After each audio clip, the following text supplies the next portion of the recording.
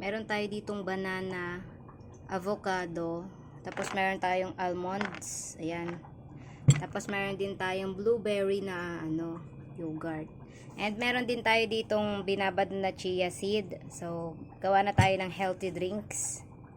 So, ayun, gawa na tayo. Ito yung ating chia seed na binabad. Ang init. So, lagyan na natin siya ng banana. Lagyan na natin yan. Banana. Binabad ko na nga pala kagabi yung chia seed para mas malambot na siya. Okay. Tapos, ilagay na rin natin yung avocado. Basta pagsamasamahin na natin silang lahat. Yan. So, isang buong avocado nga pala itong aking ginamit.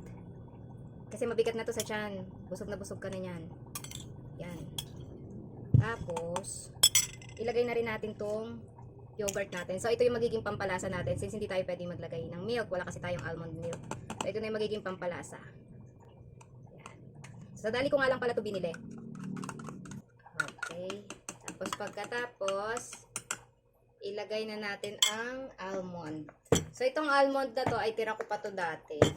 Hindi ko na ubo. So, ngayon magagamit na natin siya kasi parang nagsawa ako. Ayan. Almond.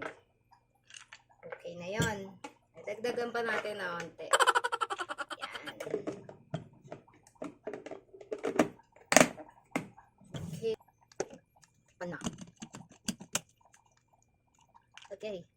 Ang kitig na. Ang kitig na ng chia. Gawa na tayo. Okay, let's start. Okay,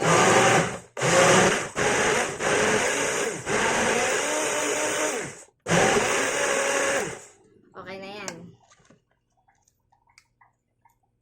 Ayan. Ito kadalasan yung ginagawa ko kapag on the go. Kasi isang mo lang, pagkatapos mo siyang i-blend, ayan, takpan mo na lang, then pwede ka nang umalis. Ay, take 2. Takpan mo lang, tapos, take 3. Ayan, takpan mo lang, pwede ka nang umalis. Ayan. So, ayun lang. Salamat sa panonood. Kamsahamnida. Waka waka bye-bye.